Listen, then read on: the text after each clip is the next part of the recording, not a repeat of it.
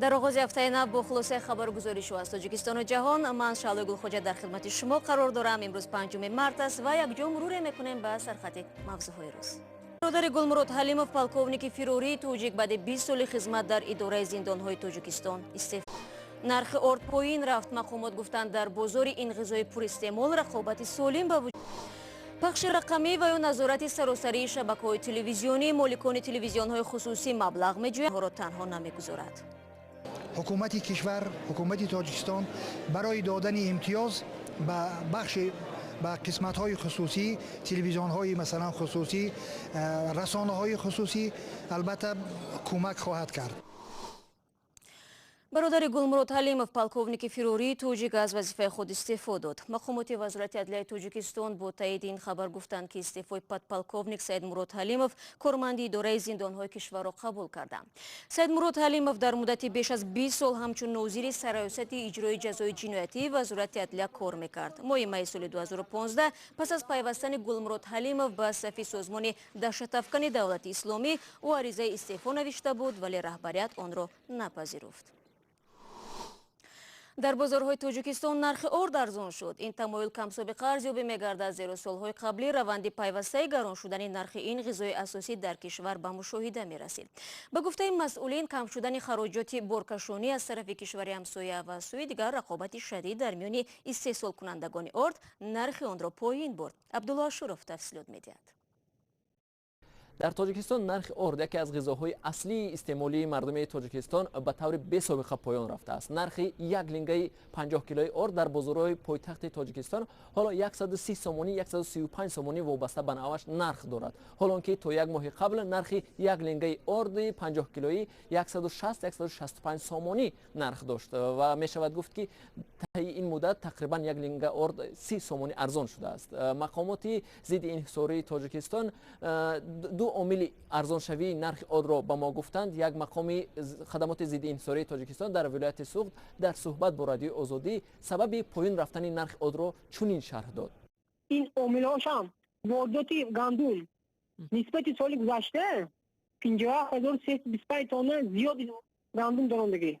سال 2018 یعنی که ماه ینور سال 2018 ماه ینور 99745 تن واردات شد گندم. این نشان دهنده نسبت سال گذشته 50325 تن زیاد، یعنی که سال 2017 42420 تن گندم واردات شده بود. از طبق معلومات گمرکی معلوم می شود که ارزش گندم هم ارزان شده گیده. از همین سبب ارد ارزان شد.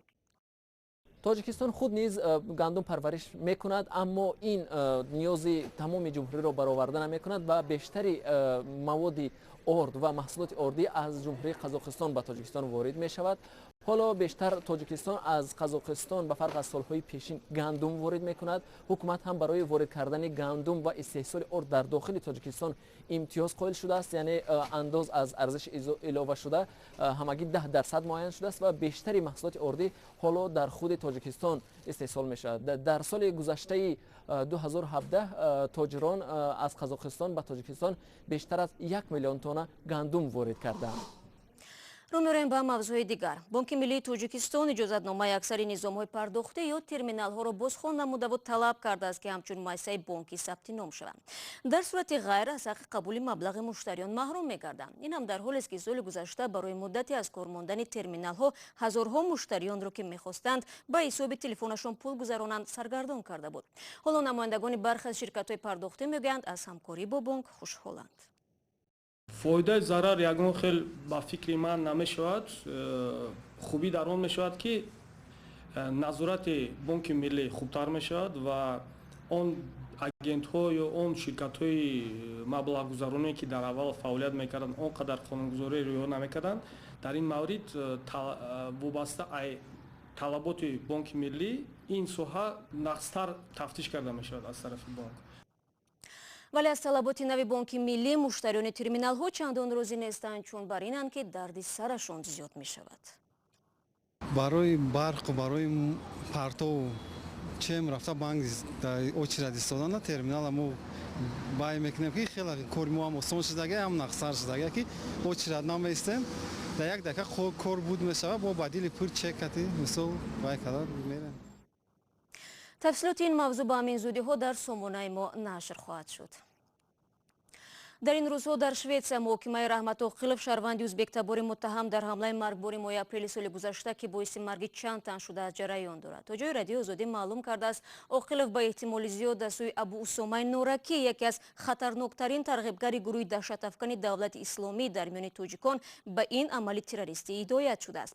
ҳамкорамон аз бахши ӯзбекии радиои озодӣ Сироҷдини Ислом ки ахиран ба Стокҳолм рафта бо таҳқиқи парвандаи Оқилов аз наздик шинос шуда буд, роҳу василаи тарғиби довталабҳо бадиишро баррасӣ намуд. ман аз Сироҷдин мепурсам ки оя дар бораи маҳалли буду боши Абу Усомаи Нораки чизе маълум шудааст ё не? то ҳанӯз дар куҷо будани Усома Норакиро мо намедонем. шоёд зиёд аст ки гӯё ӯ дар қаламрави Сурия ҳаст ва дар шабакаҳои иҷтимоӣ низ ӯ мегӯяд ки аз қаламрави Сурия, аз ховари миёна мулоқоти мустақим дорад бо тарафдорони давлати исломӣ, вале дар дасти мо асноди дақиқ нест ва хадамоти амнияти кишварҳои Аврупо аз ҷумла Шветсия мегӯянд ки дар ҷустуҷӯи ин нафар ҳастанд. хуб бубинед, шикоят зиёд аст ки даҳшатафканон аз кӯмаки заимаи интернетӣ зело барои паҳнии тарғиботи худ истифода мекунанд. чаро ин шабака то ҳанӯз баста нашудааст? ҳамкорони мо аз шабакаи ахбории ТТ ки бузургтарин шабакаи ахбории Шветсия мебошад, бо шабакаи иҷтимоии зело тамос гирифтанд ва дақиқан ҳамин саволро доданд, вале дар ҷавоб чизе нагирифтанд. вале аз манобеи худашон ино дақиқ карданд ки зело ба кишварҳои Амрико ва Шветсия ва кишварҳои ғайраи Аврупо робита ба шабакаҳои иҷтимоӣ ки тарафдорӣ мекунанд аз давлати исломӣ маълумот бигирад ва инҳо дар тамоси мустақим ҳастанд. ба ҳар ҳол кӯшишҳо ҳаст ки куҷо будани Абу Усомаи Норакиро дақиқ кунанд ва дар оянда барои дастгир карданаш ё ки сарнагӯ карданаш инҳо кӯшишҳоро якҷоя бубаранд. вале чаро ҳанӯзам боз аст? ба назари ман ин масъалаи амниятӣ аст ва бо вуҷуди ин ки зело ҷавоб надода, ба эҳтимоли зиёд инҳо ҳамкорӣ мекунанд бо хадамоти амниятии кишварҳои ғарб. бо сипос аз Сироҷдини Ислом. бинандаи азиз, барои ошноии бештар бо қазияи Раҳмат Оқилов ва нақши Абу Усомаи Нораки дар ҳамлаи терористӣ филми мустанади Сироҷдини Исломро дар ин бора дар сомонаи мо www.ozodi.org ва Озоди видео YouTube тамошо кунед. шумо барномаи хабари радиои озодиро тамошо доред. интизор меравад ки то охири соли ҷорӣ ҳамаи шабакаҳои телевизионӣ дар Тоҷикистон ба пахши рақамӣ бигзаранд. аммо гузариш ба диҷитал фаъолияти минбаъдаи шабакаҳои хусусиро зери суол бурда, эҳтимолияти комилан таҳти назорати давлат қарор гирифтани телевизионҳоро бориз кардааст. ҳамкорони мо аз настаяши время чуну чарои ин мавзӯъро дар як гузориш таҳлил намуданд. در تاجیکستان فعلا 11 شبکه خصوصی تلویزیونی عمل میکند، اما بنابر مشکل اقتصادی 7 آن امکان مستقلانه گذاشتن به پخش رقمی را ندارند. در صورت خاموش کردن موج پراکنهای عادی و گذارش به دیجیتال، این تلویزیون ها از امکان پخش برنامه ها و اجازتنامه فعالیت محروم می شوند. دریافت تکراری اجازتنامه تقریبا غیر امکان است. حالا این تلویزیون ها در جستجوی سرمایه برای خریداری تجهیزات ضروری می باشند. اما در پیشروی مالکان این تلویزیون ها مشکل دیگر هم قرار دارد که این هم پرداختن مبلغ برای استفاده موج پراکنهای رقمی دولتی است. حالا مشکلات به نهایت زیاد است. شروع از پیدا کردن منبع درآمد تا خریداری تجهیزات لازمه. ولی ما دایره تماشابینان خود را از حساب شبکه‌های اجتماعی از جمله یوتیوب بیشتر می‌کنیم. بعد پخش برنامه‌هایمان ما در این شبکه چند سرمایه‌گذار پیدا کردیم که می‌خواهند با ما همکاری کنند.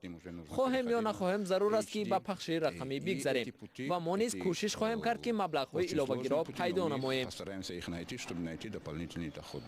مقامداران دولتی در نوبت خود برای حل این مشکلات به مالکان تلویزیون‌های خصوصی پیشنهاد دارند که به برنامه دولتی گزارش به پخش رقمی شامل شوند. اما در این حالت تلویزیون‌ها مستقلیت خود را از دست می‌دهند. از سوی دیگر بودجه کشور برای مجهز کردن شبکه‌های دولتی در منطقه مبلغ ندارد و معلوم نیست که کی نوبت تلویزیون‌های باقی مانده برای دسترس کردن تجهیزات ضروری میرسد. البته برای یک مرحله معین وقتی که دولت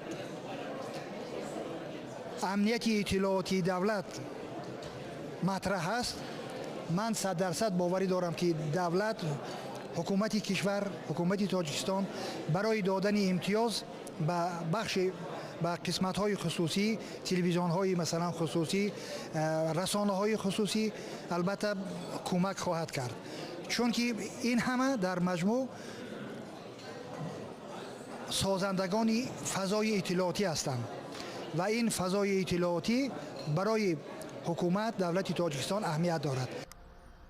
در عین زمان در تاجیکستان واردات تجهیزات تلویزیونی را از اندازه ارزش علاوه شده و باج گمرکی آزاد کردند. حکومت کشور باور دارد که این اقدام گزارش به پخش رقمی را آسان‌تر می‌کند. اگر تلویزیون‌های خصوصی راه حل پیدا نکنند از فعالیت باز می‌مانند. در این حالت ساکنان کشور از منبع الترناتیوی اطلاع محروم خواهند شد. بر ضمن این برای پوشانیدن خرج موج پراکن‌های دولتی احتمالاً در آینده واردات آنتن‌های ماهواره‌ای را به کشور منع خواهند کرد. در این صورت شهروند نمی‌تواند از حقوق خود درباره انتخاب منبع الترناتیوی اطلاع استفاده کند. البته من نمی‌خواهم که در این مسئله شبیه ترکمنستان و یا کره شمالی شویم وقتی حکومت همه اطلاعات را کاملاً تحت نظارت خود می‌گیرد.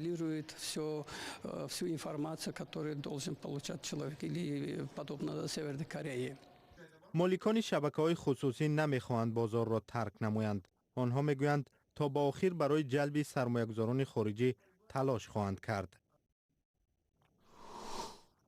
برنامه خبری رادیو زودی رو ادامه میدیم.